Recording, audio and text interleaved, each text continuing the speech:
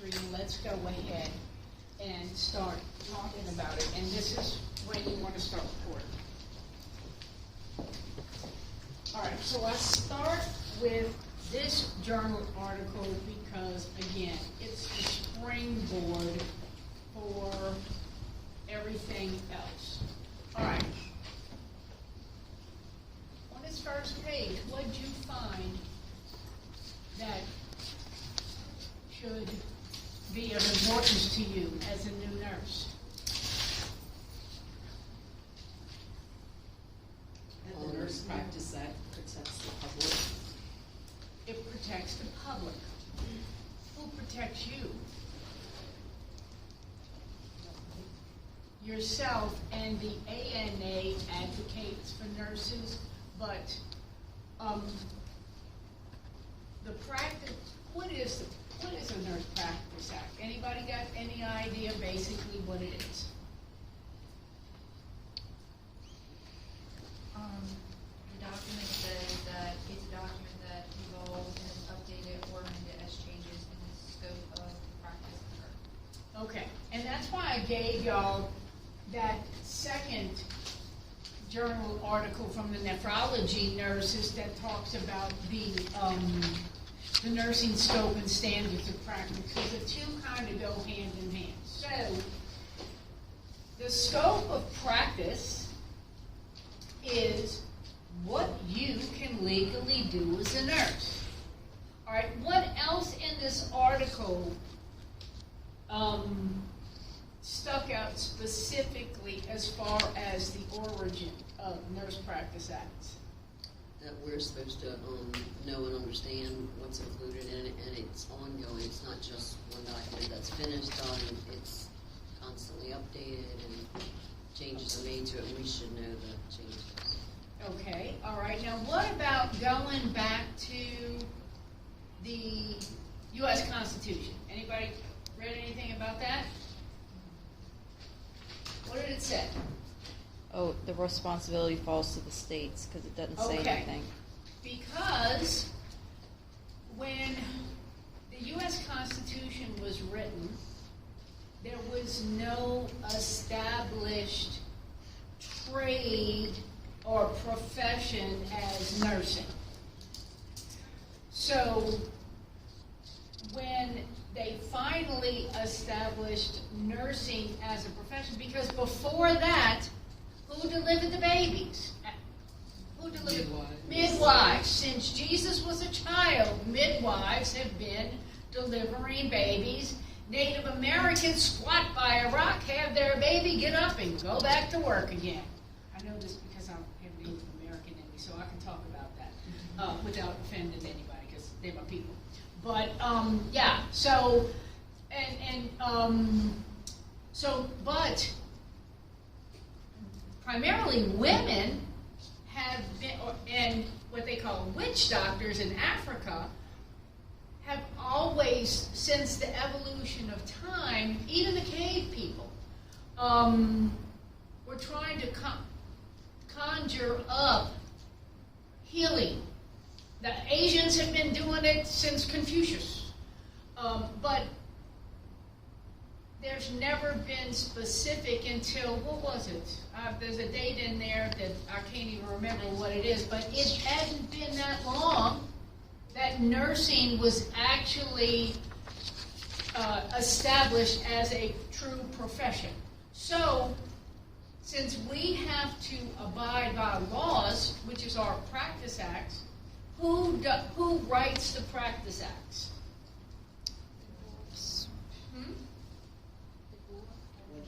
No, not the board. Legislature. The state. Now, the board regulates us, and I'll talk about that because y'all need to understand that. Each Nurse Practice Act, like I think it says up at the top of the article, if I'm not mistaken,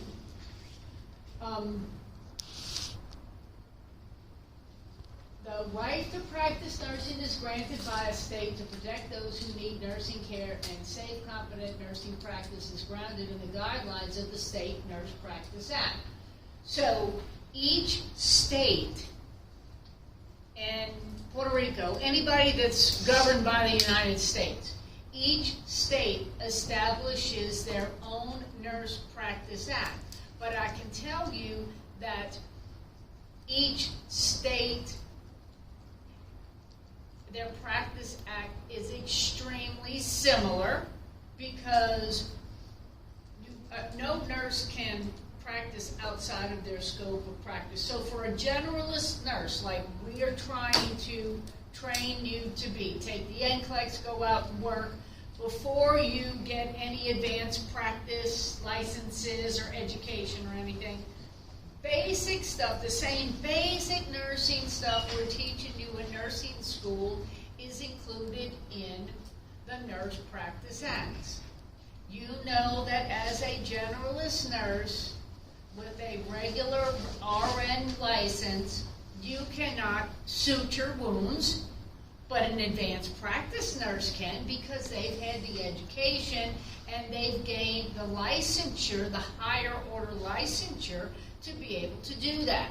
So, as a nurse, you need to look at your state's Nurse Practice Act to determine what you can and cannot do. Everything, like I said, we've been teaching you in nursing school, what you can do, what you can't do, what you can legally delegate, what you can't legally delegate. Where do you think that the State Practice Act is posted? State Board of Nursing. On the Louisiana State, the State Board of Nursing, okay? So, Dr. Ellis had already talked to you guys at Professional Issues Day about how to go about, filing with your license and this, that, and the other.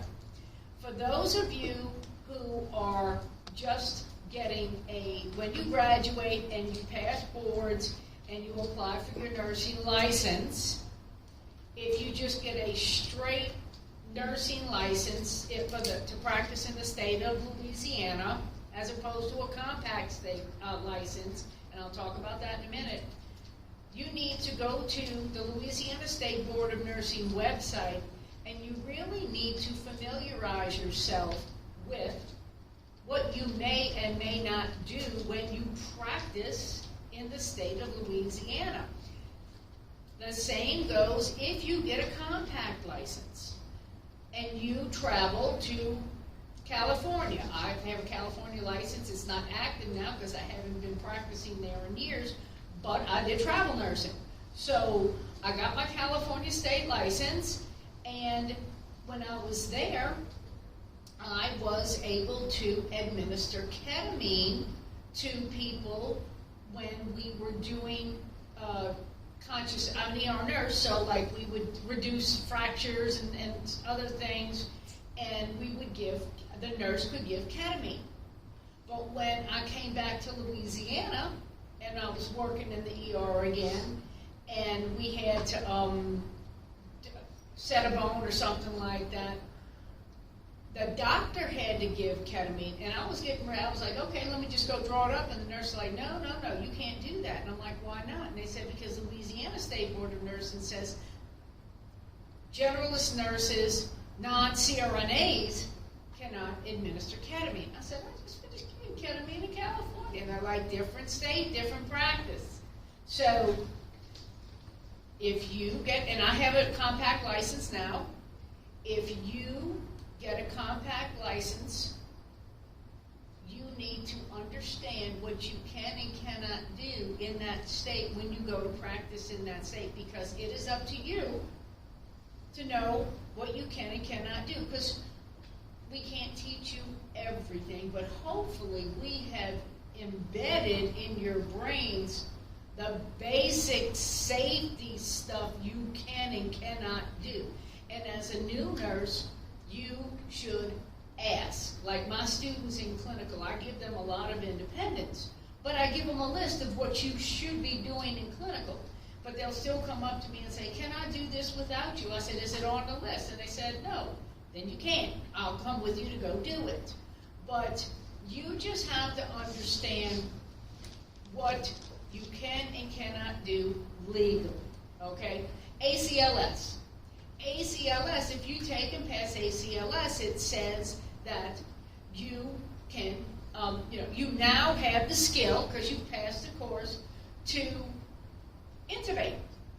Because when you do ACLS, when you do that checkoff, you gotta, or at least it used to be, I don't know if it's changed anymore, they don't teach y'all in that thing how to intubate them anymore? Yeah, She said Not no, the she one I says took. yes. I don't know, I haven't recerted recently.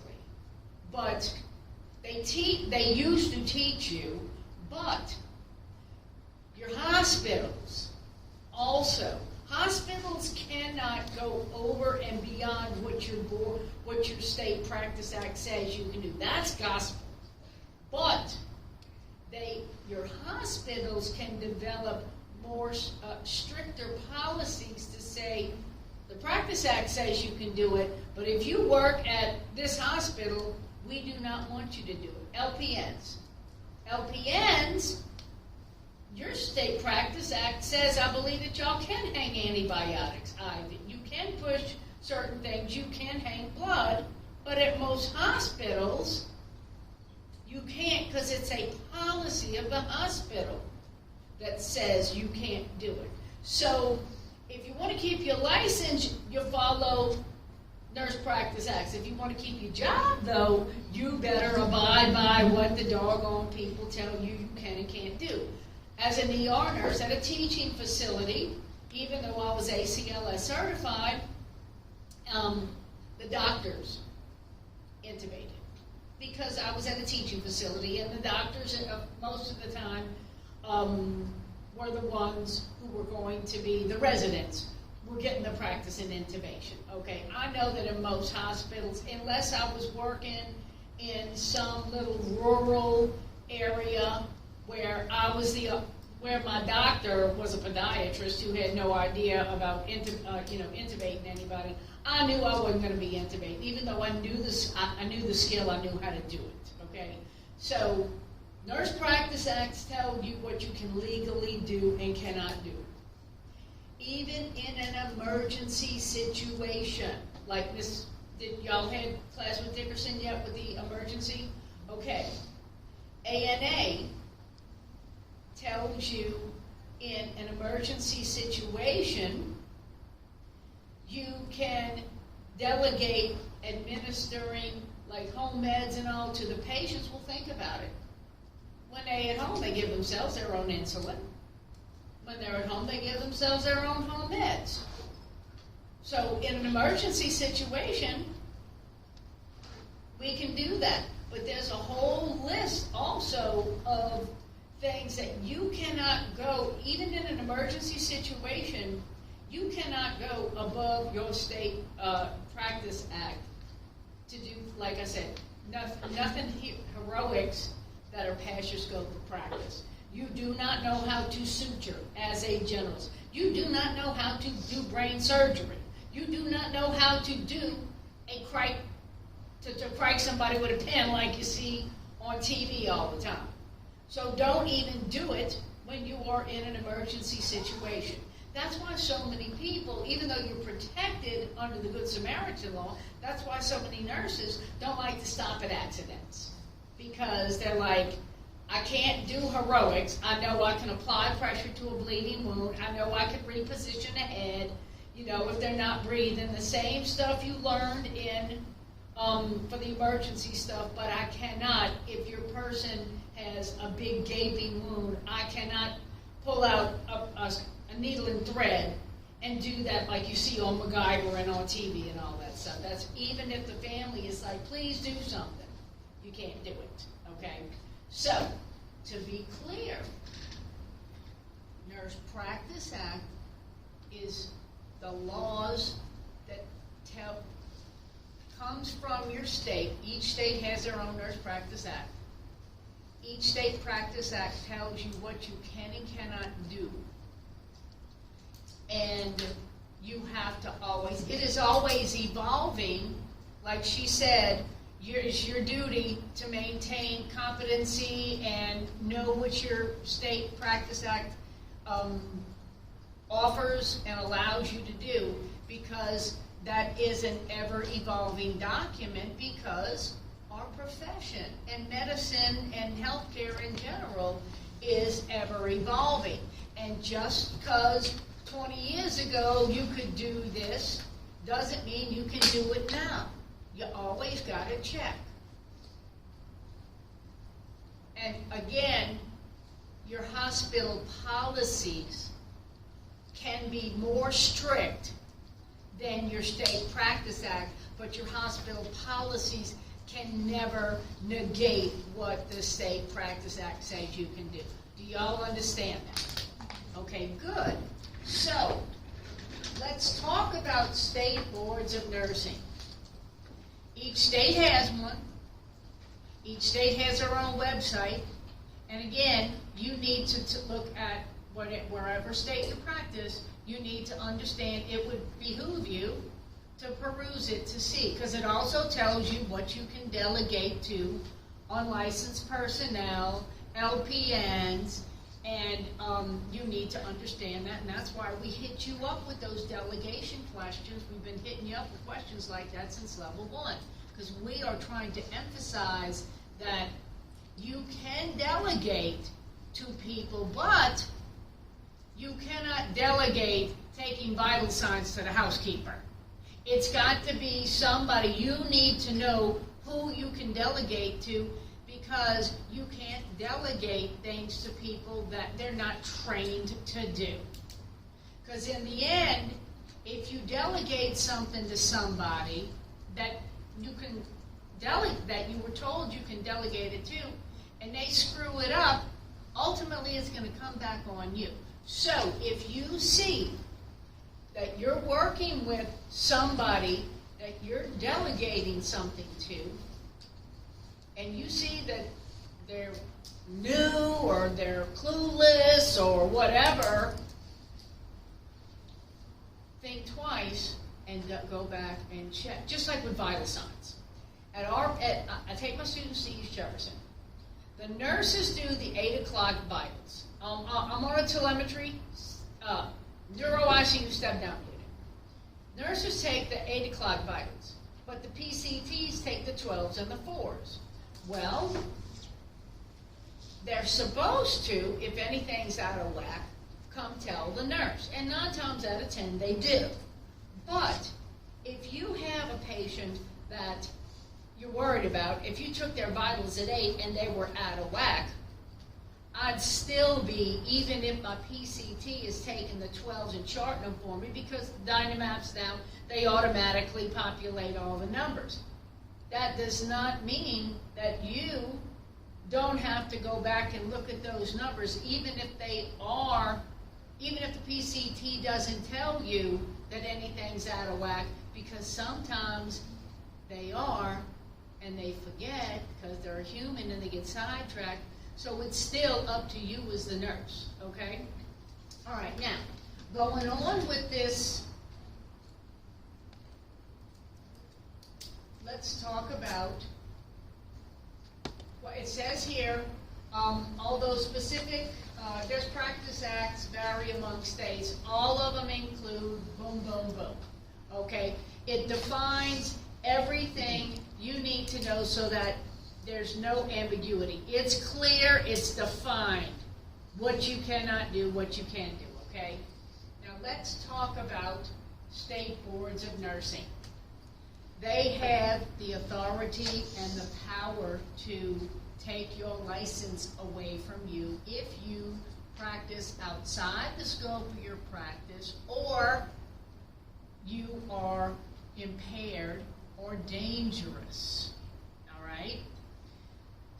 You never want to hear from the State Board of Nursing. It is never a good sign when they're trying to hunt you down, because that means you did something wrong. The State Board of Nursing protects the public against unsafe nurses. They are advocates for the patients. The ANA is the American Nursing Association, is the advocate for nurses, okay? And I'll talk to you about the ANA in a few minutes. But State Board of Nursing They're like Oz. They have all the power, okay? They also have to, if anybody lodges a complaint against you at work, because anybody can, visitor, family member, patient, anybody that sees you acting ignorant and unprofessional can come, especially if they know a nurse, which everybody knows a nurse, and says, oh, I know that that's unprofessional behavior. They can report you now. Will it go somewhere? Who knows? Okay, but you don't want to try. All right, so the nurse practice, you've all heard of people on the, the nurse recovery program. Y'all learned about that in lower level, right? Nurse recovery program is an effort made by the grace of the State Board of Nursing to allow a nurse who screwed up to make amends. They even give you 3 tries, which I think is 3 too many myself personally, because God knows, you didn't get it, you didn't learn from the first mistake. You can't. The public can't afford to, in my opinion. But it's a good thing I don't make the laws. But anyway, nurse, anybody who gets stopped for a DWI in the state of Louisiana, it's reported to the State Board of Nursing within 24 hours. Remember, y'all have a freaking license, okay? With that license comes a very decent lifestyle, but it comes with a huge amount of responsibility, which means that all of you who are wanting to go into all of these high acuity areas to go to work right out of nursing school, that's all fine and good, but you are still held to the same standard as a nurse who's been practicing for 20 years. Same Nurse Practice Act, same standards of care. So I'm not trying to deter anybody from going into a high acuity area. Because right now, you can be hired into that because you got a nursing license, you got a pulse, you too can work in the ICU or the ER or the newborn nursery or the NICU or whatever, okay? But remember, it's not all glitz and glamour. It's hard work, it's very stressful work, and as a new graduate, you are going to be, you walk in there basically thinking you know something until you realize I don't know jack as a new nurse. And then couple that with the anxiety of working in a new place and performing in front of other people and dealing with people and all of that. It's the same, so just be mindful. If you are working in a situation and you are finding that you're losing your hair, losing your sleep, losing your mind, you should probably maybe try to go to, if it's too much, say it is, and go someplace where it's a better fit until you've gained enough experience to maybe go try it later. There's no shame in saying, too much here, No shame in doing that, because you'd rather admit that it's too much than, God forbid, hurt somebody. Because it's not just the fact that you lose your license. Now you go to jail, and worse than that, you got to live with the guilt of knowing you injured somebody or, God forbid, killed them. So that's why you can never go to work impaired. And I don't mean just drinking or doing dope. I'm talking about sleep deprivation, which has been equaled to being intoxicated. You cannot go out all night. I don't care if you're 23. You could probably go out all night and turn around and go to work the next day. Not as a nurse. State of Louisiana, for sure, says you may not have a drop of alcohol within 8 hours of your shift. Because let me tell you what happens. You go to work, and something happens. You make a drug error, drugs go missing, narcotics or benzos go missing. Everybody's going to do a P test. Nobody's moving. That's the way it is, okay? But if you make some type of error at work, you automatically have to go get a drug and alcohol screen. That's policy at any hospital. They see it in your system, and it hasn't metabolized enough to know that it's been later on. They report you to the board themselves. Okay? So, now there's no P test for sleep deprivation. But, you know, if you've been up all night with your sick kid, or if you're sick, don't be a hero. You'd rather call in earlier, give them enough. If you know you're sick, you got a fever, you shouldn't be going to work within 24 hours of being febrile because you're still contagious. You call in as soon as you know you're going to be sick. That way, at least your unit has more time to try to find somebody else.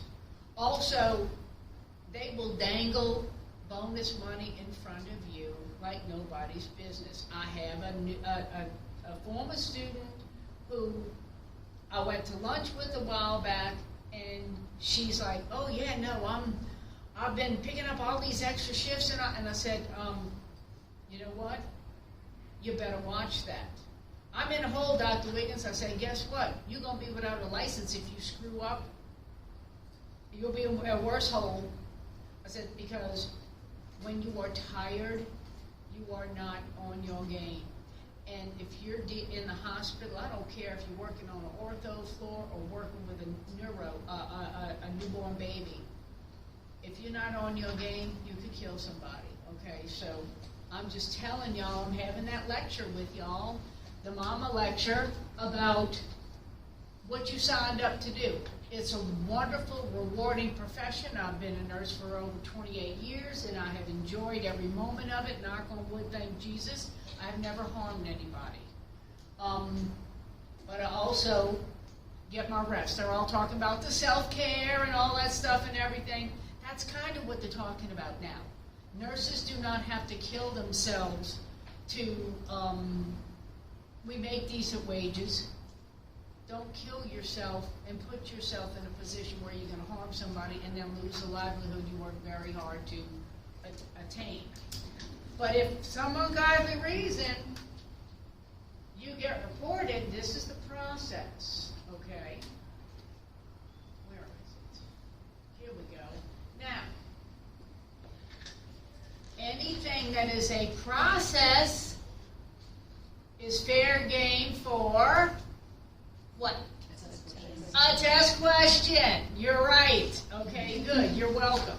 So, if for some ungodly reason you looked wrong at somebody and they were in a bad mood and they said, "I'm going to contact the nursing board on this nurse,"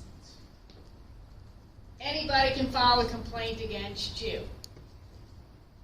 But the good news is that you get due process, just like in any court of law. The board will review the complaint. They will launch an in-depth investigation into the whole situation to find out, is there any meat to this complaint? Okay? They will have a proceedings, which is like, I guess, their version of a trial, all right? And then they will determine what actions are going to be taken dependent upon whatever they find you guilty of doing or not doing that you should have done. And then they're going to report it to the public. So, when I get my monthly Louisiana State Board of Nursing email, which still shakes me when I get it, even though I know it's just the monthly report that they send out. In there, if you ever saw one, it lists the names of each person whose license has been suspended or revoked. And it even says what they did to do it or lose it, okay? So not only do you lose your license or get it suspended, everybody and their mother knows it. And they do that because they don't want you going someplace else, or just because you know, some people say, oh, that doesn't apply to me. Yeah, it does. Okay, so they want to make sure that you don't go off to another state, and because guess what? When you're trying to practice or get a job in another state, the first thing they do is look for, do you have a valid license? And if you're flagged or it's suspended in the state of Louisiana, it's going to be flagged for everybody else. All right? So you have to, it goes in to tell you, this is like a very eye-opening article, and that's why I like to give it to you, because I'm all about shock factor. If that helps you to know what you can and cannot do, I'm all for it, okay? So you can read, I mean, it goes without saying, you can't abuse anybody, you know, you can't, inappropriate behavior. You cannot date your patient, okay? You're not supposed to accept gifts from them. You're not to, I mean, anything of substantial, you know, patients' family bakes people and brings it to the nurses all the time. That's no harm, no foul, you know, but if they want to give you a sports car, you may not take that, okay? Any kind of criminal fraud. All these nurses down in Florida that bought their freaking degrees and somehow or another passed NCLEX, which is kind of scary, okay? And then they've got just crazy people that will impersonate a nurse. I mean, you know, I guess it's a good thing to do. You know, it's better than, you know, impersonating an axe murderer, I guess. But I mean, you still cannot impersonate any, you know, a nurse or anybody. Drug related, that kind of goes without saying. And I talked to, talked to you about all of these things already. And if you're in the nurse recovery program, just to let you know, so that you avoid ever having to get into that program, you are under their thumb and at their beck and call the entire time you are in that program. Which means that they can contact you at 2 o'clock in the morning and say, hey, this is the Louisiana State Board of Nursing. We want you to go pee before you, within 6 hours of you going anywhere. They even tell you where you got to go pee. And you got to pay to pee. And also, you have to pay for any kind of rehab you have to go to, whether it be mental rehab or drug rehab, alcohol rehab, if you want to keep your license. So you dance their dance, all right? That's why I said you never want to hear from the State Board of Nursing. It's never a good thing, okay? So read that in its entirety and understand it, not just because I'm testing you on it, because you need to know what you signed up for, okay? All right, now, the next thing we're going to talk about, damn, I'm already rolling. All right, it's 1:24. Take you 10 minutes and come back. To 1:34.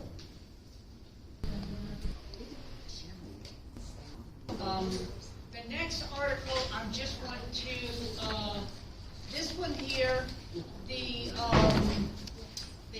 ANA is the one that documents the scope of nursing practice.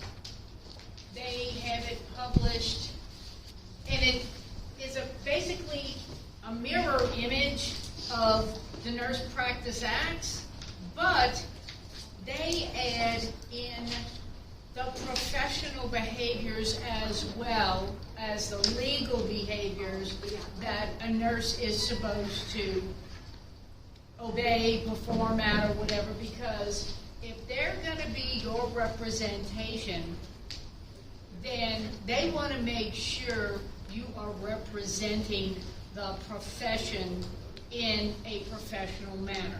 You know, nurses have been for 21 years now voted the most trusted profession of all professions. Don't know if y'all knew that, heard that, or whatever, but again, you can't just talk the talk and not walk the walk, all right? You can't go to work impaired because that's illegal, unethical. We have to behave not only professionally, but ethically as well.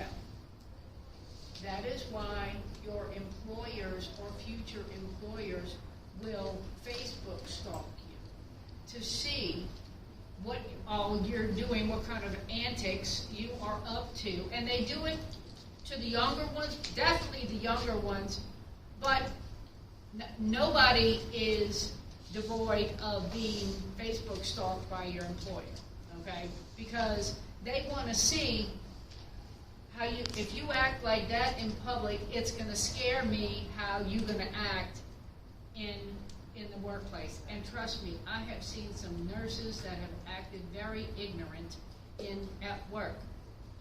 She's seen them too. Exactly. And they take pictures of themselves doing ignorant stuff at work with all kinds of work stuff. Wait, the nurses with the IDs and the LSU students and all of that stuff. Come on now. If I was their parent, I would have beat them upside the head. They wouldn't have lived long enough to finish nursing school. They all got kicked out, just FYI. And the nurses got fired, and the supervisor got fired, and all that stuff and everything, because you can't be stupid as a nurse or have no common sense, all right? So the standards of practice is the scope we know. You can't practice, we establish. The Nurse Practice Act establishes the scope of practice that you have to work within. Your hospitals can say you can't do this, even though your scope says it. Comprende? Everybody understand that, right? Hospital can't go and add stuff to your scope of practice. Standards of practice is the professionalism of our profession, okay? And ANA will lobby for your rights all the way up to Washington. That's why their dues are $450 a year. But if you pay the $450, and I think it's still $450, too rich for my blood. I belong to other organizations, but that one is expensive. But with that, it will give you, they have a lot of perks to being a member. You get, like I had to pay to print, I had to pay $85 to get the newest scope of practice for nurse, because they updated every 4 to 5 years. And so what I wanted to do here is, this is the most updated, this is the excerpt of the revisions, okay? So they talk to you about the scope of practice and the standards of professional nursing practice, and they also talk about some of the added issues to address, and the biggest one is advocacy. We want to advocate for our patients, and we also want to advocate for ourselves, okay? And the biggest thing is now that we want to advocate for the patients who are underseen, underheard, inclusivity of all patients, no matter what they do, what they wear, how they identify, how they look, or whatever. They're still human beings. You check your beliefs and your egos at the door when you go to work, because nursing is not about you. No, patients don't care. They do, but it's irrelevant to your beliefs. You have to be conscious of their rights and their beliefs. Now, that doesn't mean that somebody can abuse you, because we have rights as well, and we need to stand up for ourselves. No patient should physically touch you or verbally abuse you in any way, shape, or form. And if they do, you have every right to call security, and especially if they assault you in any way, you can have them arrested. Nobody. And nursing has for eons been, it's been expected that nurses will suck it up and take that behavior. No, don't work that way anymore, okay? I think I told y'all when I was, or maybe I told my students, I don't remember, but we're the largest of all professions. If we actually work together instead of against each other, we could rule the world, because there's numbers, okay? So we do not have to be subjected to anybody talking to us like we're stupid or anything, because we can't do that to them and turn about us. You can't talk to me like I'm an idiot if I can't talk to you like you're an idiot, okay? Patients or colleagues. So anyway, the biggest thing is about advocacy. It's advocacy for the vulnerable populations. That goes without saying. But now, any kind of patient, it shouldn't matter at all how you identify, what color you are, what language you speak, or anything, what you believe, or anything like that. They're a human.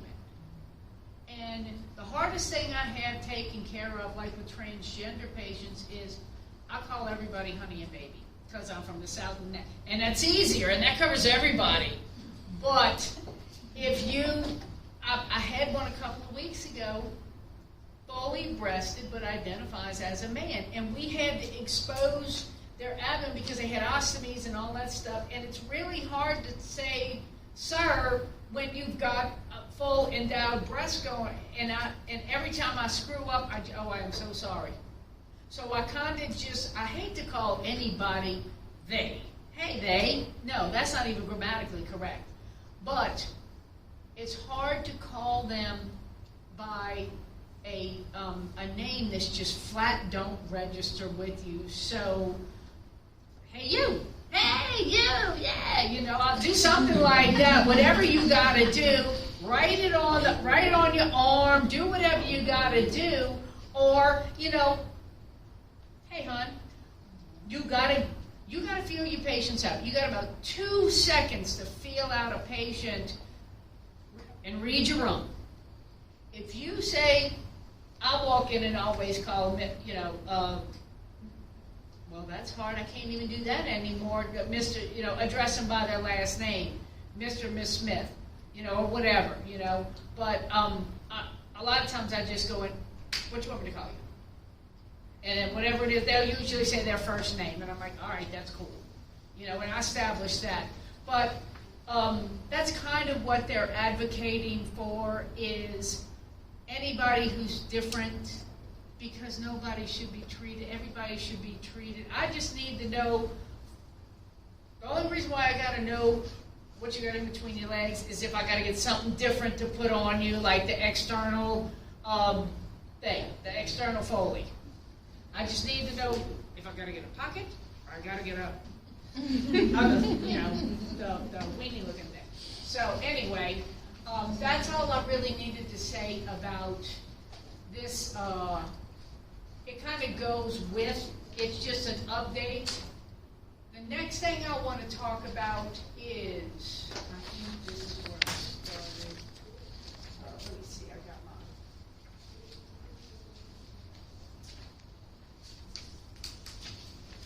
I didn't print. Oh no, I don't want that. I want y'all to pull out and look at the protecting the rights of patients, nurses, and others participating in research.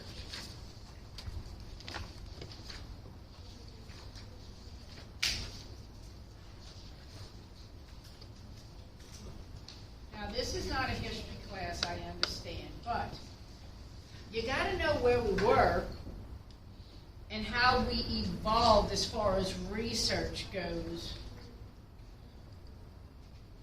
And this article gives you historical events shaping protections for human subjects.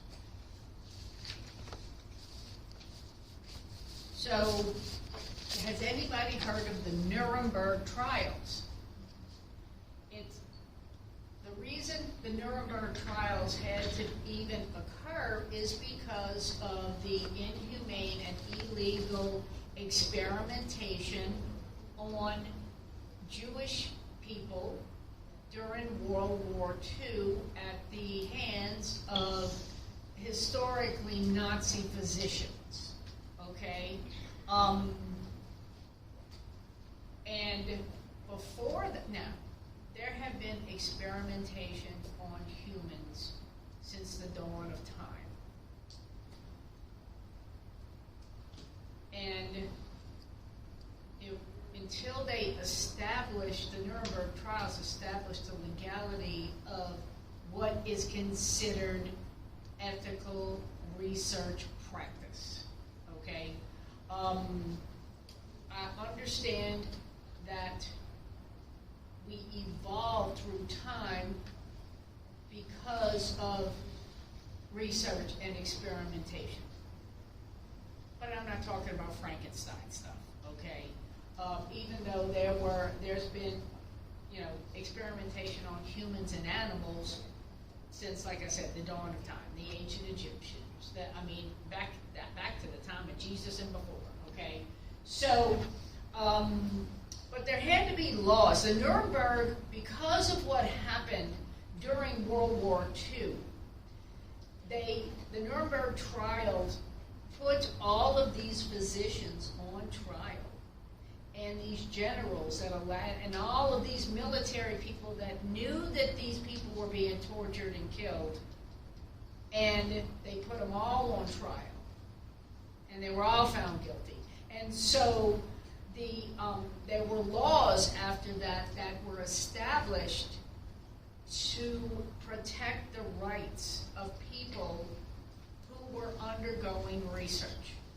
So if you look at this, the Nuremberg trials were sort of like the starting point.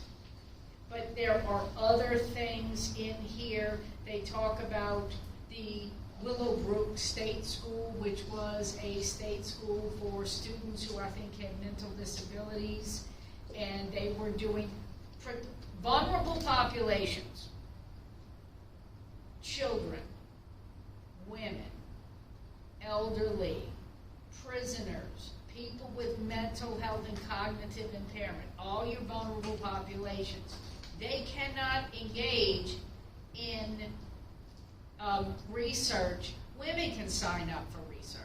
If they're cognitively intact and all that, they can. But you cannot get anybody who is just like you can't get somebody to sign an informed consent if they're under the influence of narcotics to sign a consent for surgery because they're impaired. So they developed this. These are just some of the examples. The Tuskegee study. These were primarily, it was in Alabama, and during the time of the Depression, and syphilis was running at like epidemic proportions, okay? Primarily from black males who were poor and were, a lot of them, farmed. Okay, they just had, because that was, you grew your food to survive, right? So a hospital wanted to do a study on syphilis, the long-term effects. It was a longitudinal study, meaning longitudinal over time, and they wanted to see whether, how the behavior evolved, because syphilis, tertiary syphilis, will attack your nervous system and your brain, okay? So they wanted to study these farmers, but with research, ethical behavior is, if there is a cure for what they're studying, that has to be disclosed and you have to be offered it. Well, they did not do this. Penicillin, they discovered through time that penicillin treated syphilis. But they didn't tell this to the men who were in this study, and they allowed them to continue to be in the study and study them as their syphilis got worse and didn't treat them. So that's inhumane practice, okay, and illegal. So it's all about, research is a lot about ethics. And nursing, y'all had to buy that nursing ethics book, at a pamphlet or whatever it is, at the beginning of when you started this program. Y'all remember learning about beneficence, non-maleficence, veracity, all those things. They're in here defined. Again, because those are ethical behaviors. They don't go away. You need to live and breathe them, okay?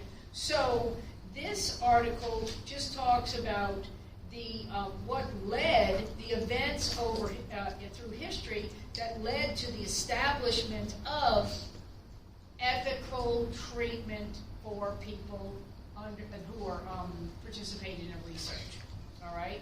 So you need to read this and understand it. Part of it is IRB, okay? Here's the ethical principles that govern research. That's where I was talking about. Y'all need to read this, yeah, okay?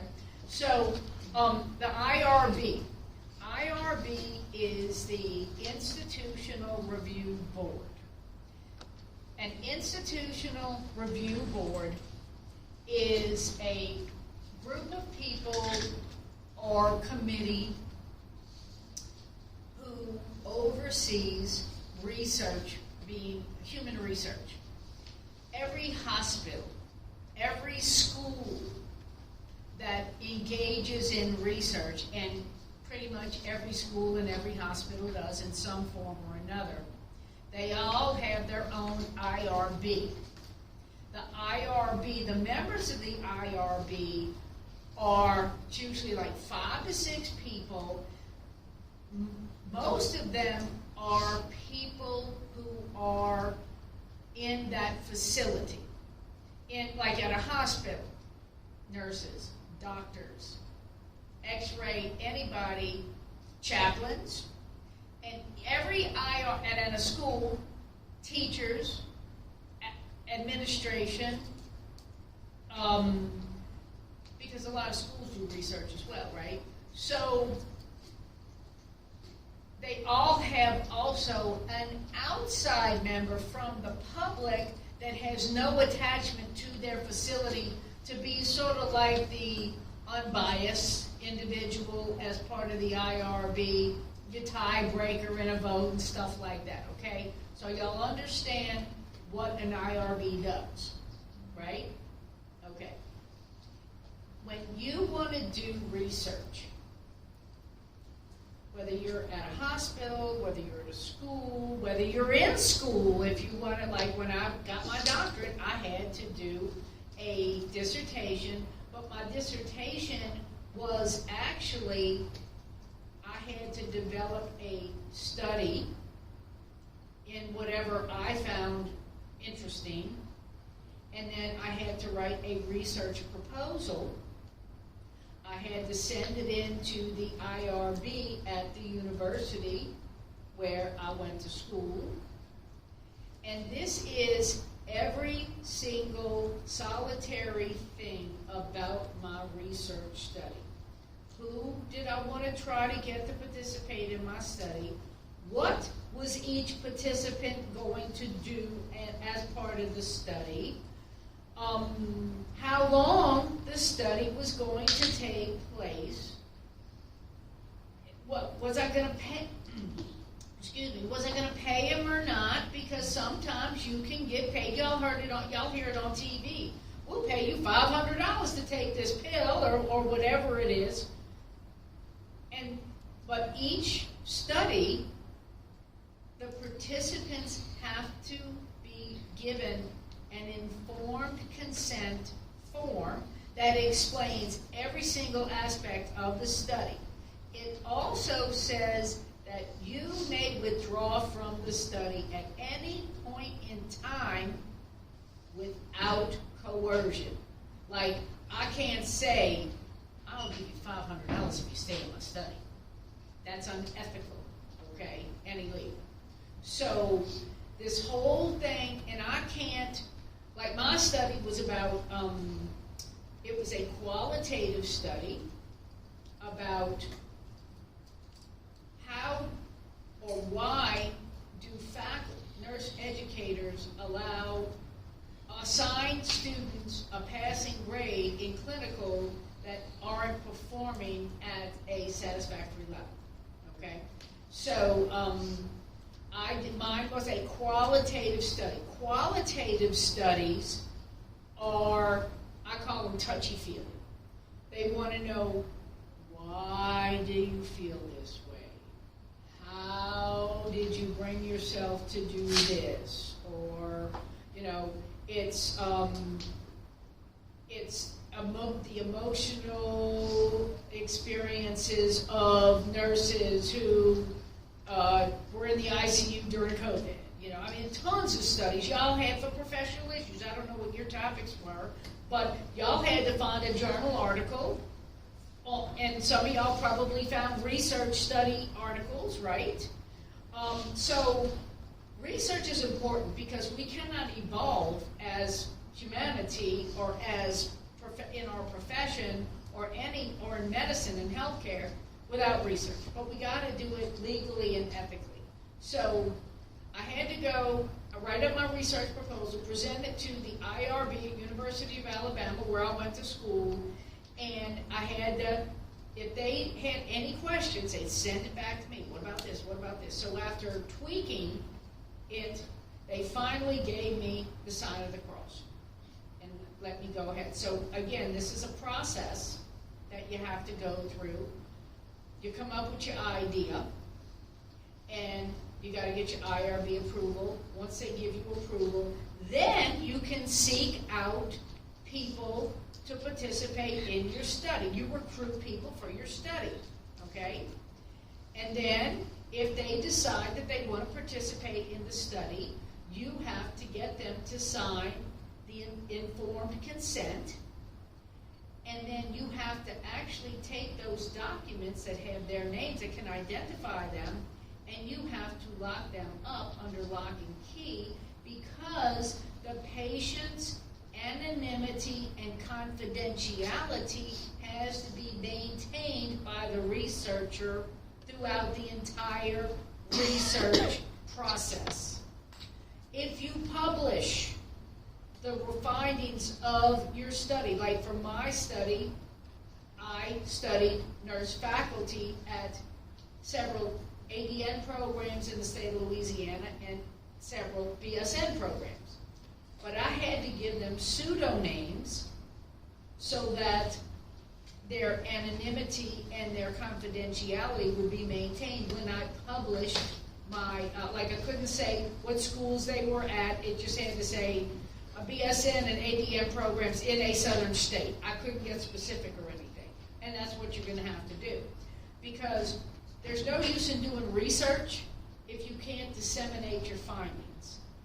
That's the purpose of it. Also, to advance whatever profession, whatever you're studying. But you have to maintain it. That's all about the rights of the person. I mean, if you were somebody who had genital herpes and you were in a study to try a new medication to treat or cure it, you probably don't want the world to know that you have genital herpes, right? So that's one of the big things about maintaining anonymity and confidentiality for these studies, okay? So the IRB makes sure that there are guidelines, and if they find that you failed to maintain all of this, that's an ethical, wherever you got your study done, there's repercussions. Like if I had done something and fouled up my study, they could have withheld me graduating. Hospitals will fire you, there could be legal ramifications, the whole 9 yards, okay?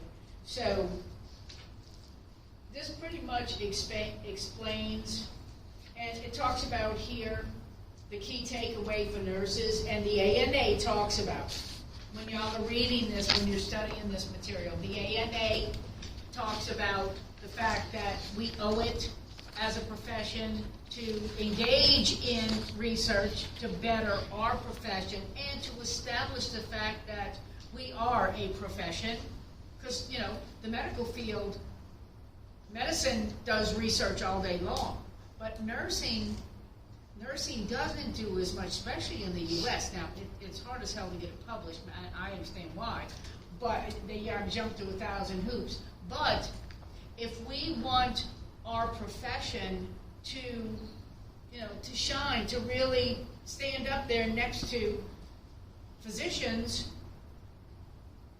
we need to show the same professionalism that they do. Again, there's power in numbers, and we got the numbers. We just got, but nurses are historically selfless. That's why they went into nursing. So we don't need all the accolades and pat on the backs and all of that. But we should do it to grow and support and substantiate our profession in general. Okay, so that's my soapbox on that. Now, the one I finally got the link to work is we're talking about evidence-based practice in nursing. In order to establish what is best practice, and we hear that term all the time, we got to do research, okay? So this is a good article I found, and I'm pretty sure it's by the ANA. Yeah, because Nursing World is the publication for the ANA. So in this article, it talks about how to use evidence-based practice in nursing. If you work at East Jefferson or Oshner, Maine, those are two magnet hospitals. UMC is trying to get magnet, but I don't think they got it yet. Don't quote me, but I'm pretty sure that I don't think they did yet. But at any rate, magnet, to get magnet status, and magnet status for nursing means that you've got X amount of nurses who are BSN prepared, and you actively practice in nursing research. And that's also part of a lot of hospitals' advancement ladder for promotion. So everything we do in nursing now has evolved from practice that we did years ago. As a new nurse, like vaccinations, okay?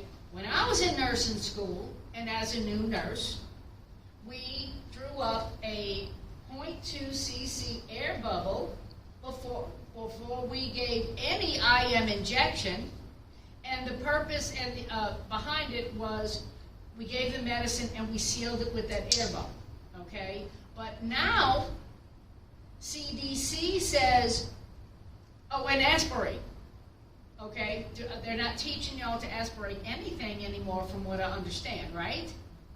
So, but in my day, as a new nurse and in nursing school, we were taught to aspirate. Now, you don't, because evidence has shown there's really no benefit to aspirate. Because the whole idea behind aspiration was to see if I inject something and I draw back blood into my syringe, I hit a freaking vein. And we don't give, there's certain medicines you don't give IV. If it don't, it's got to go IM because of the absorption rate. And so that was the whole idea behind that. But apparently now, that's not the case. So we don't aspirate anymore for IM injections. That's evidence-based nursing practice because studies were done. Is it better to aspirate or not aspirate? Okay?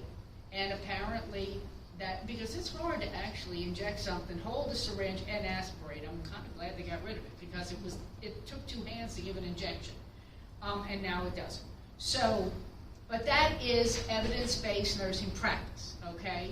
In education, since we're nurses and we're educators, we get continuing education on how to be a better educator. So when I tortured y'all with those, when I did IC regulation and burns and I tortured y'all with all of those case studies, it's because evidence-based educational practice says that case studies are a better way for students to learn how to apply and analyze content. That's why I give you the little recording before, tell you to transcribe it and bring it in. I didn't have that kind of information for this topic, and that's the only reason I didn't do it. But at any rate, this evidence-based practice says that Socratic questioning and dialogue is also best practice in education. So that's why I'm having these, I'm providing you with evidence-based information, and we're dialoguing and discussing it. Me more discussing it now than you, but at some point we should be able to have an intelligent conversation about this information.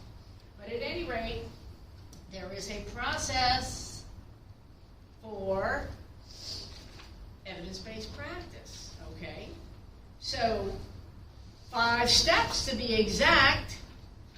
And the first step is ask a clear question. Y'all have heard the term, the spirit of inquiry. I want to know. We should all as nurses aspire to learn more and to always question, is there a better way to do this? Is there a more efficient way to do that? Is there a safer way to do this? Okay? So the first step with that is ask a clear question. My research question was, I wanted to know why nurse educators would assign a satisfactory clinical grade to a student that they watched perform something wrong in the clinical setting. I wanted to know the reasons why. Okay? That's a qualitative study. A quantitative study is what? What is it? What are we looking at? When we're doing a quantitative study, what are we doing? Numbers and values. Collecting data via usually numbers, statistics. Some of y'all's research for your article for professional issues, they was some kind of quantitative study where they had pie charts and graphs and this, that, and the other with numbers. When you go and get your BSN, you're going to have to take a research course. You're going to have to take stats because you need to understand what that data means when you're reading a research study report, okay? So if I wanted to do a quantitative study about my dissertation topic, instead of saying, why would a nurse instructor do this, my research question would have been, how many nursing instructors admitted that they gave a passing grade to a student who didn't deserve it, okay? So do y'all understand the difference between a qualitative study, which wants to know why, when, what are your beliefs about whatever, versus a quantitative, which is how many times, how many people, was it a man or a woman, how many women, how many men? Y'all understand that, right? Okay. So you ask a clear question. The next step is acquire the best evidence by searching relevant clinical articles from legitimate sources. That's why for Professional Issues Day, we said it had to come from a legitimate nursing journal published in the United States or Canada. It can't be Susie Q's website. Because is Susie Q a nurse, or is Susie Q playing one on TV or online? You gotta look at, what do they say, consider the source? You gotta always consider the source if you're trying to present legitimate findings, okay? So, after that, I gather up all of my data, and then I have to determine, is it valid? And then I need to apply the evidence. In other words, if I want to study, does soap work better or does the hand sanitizer work better? I need to put that practice in, I need to do, my study needs to actually implement this. Give some people the soap, give some people the hand sanitizer, and then if I'm studying how many people did it work better on, that's quantitative. If I wonder how do they feel about using soap versus using the hand sanitizer, that's a qualitative study, okay? So you have to implement the study, and then after we implement anything, what's the last step? No, before that. If I implement an action or an intervention, evaluate. I gotta see, did it work? Is it worth doing? Is it worth changing a policy? Because that's an act of Congress. But if the study had enough data that supported the change, then 9 times out of 10, they're going to implement the plan to see if it works. It worked in the study. Let's see if it works now. Okay?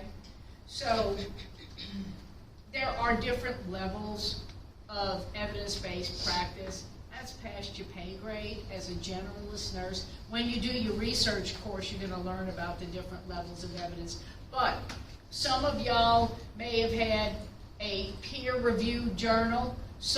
For your professional issues, I don't know if y'all heard the term peer-reviewed, or meta-analysis. There are different levels of journals. There are different, quality. Peer-reviewed means that it's been sent to a group of your peers, meaning nurses, and we all read it, and we gave it the sign of the cross. We being the people at the publishing company, okay? But I'm not going to expect you to understand or commit to the levels of evidence base. I'm using the KISS method. Keep it simple, sweetheart. So understand the process of gaining evidence-based or doing evidence-based research, okay? But as far as this part, the levels, past your pay grade. I'm not worried. I'm not wasting a test question on that, okay? All right. What else? Now, how did I get through this? And didn't get through. Okay, well, let's see. Let me just go look at my SLOs just to make sure I covered it. Define Nurse Practice Act and scope of practice. We got that, right? Okay. Grounds for disciplinary action in the complaint process. We got that, right? Okay. Analyze the AMA standard of professional practice and standards of professional performance. That's that other article. We talked about that, and you're going to read more of it. I just didn't ask y'all to read the whole article now. Demonstrate the role of a nurse as a patient advocate. We talked about that for our patients, our underserved populations, and all of that. That's that inclusivity, and one of y'all had a poster on that, not y'all in particular, but at Professional Issues, inclusivity and whatever the other two things are that go along with it. Explain the concept of evidence-based nursing practice. We just finished talking about that, and interpret laws governing research on human subjects, and that's where your ethics comes in and your legality of human research. You got to follow the process of research, and I covered everything. I guess it's the second time I did it. This morning I was a little rusty on it, but in the afternoon I got my roll on. So, all right, folks, do y'all have at this moment any questions or concerns about this content? Read your 5 articles and listen to the recording to see what we talked about today, because remember, you have to have the knowledge to answer the application questions, right? All right, have a good afternoon.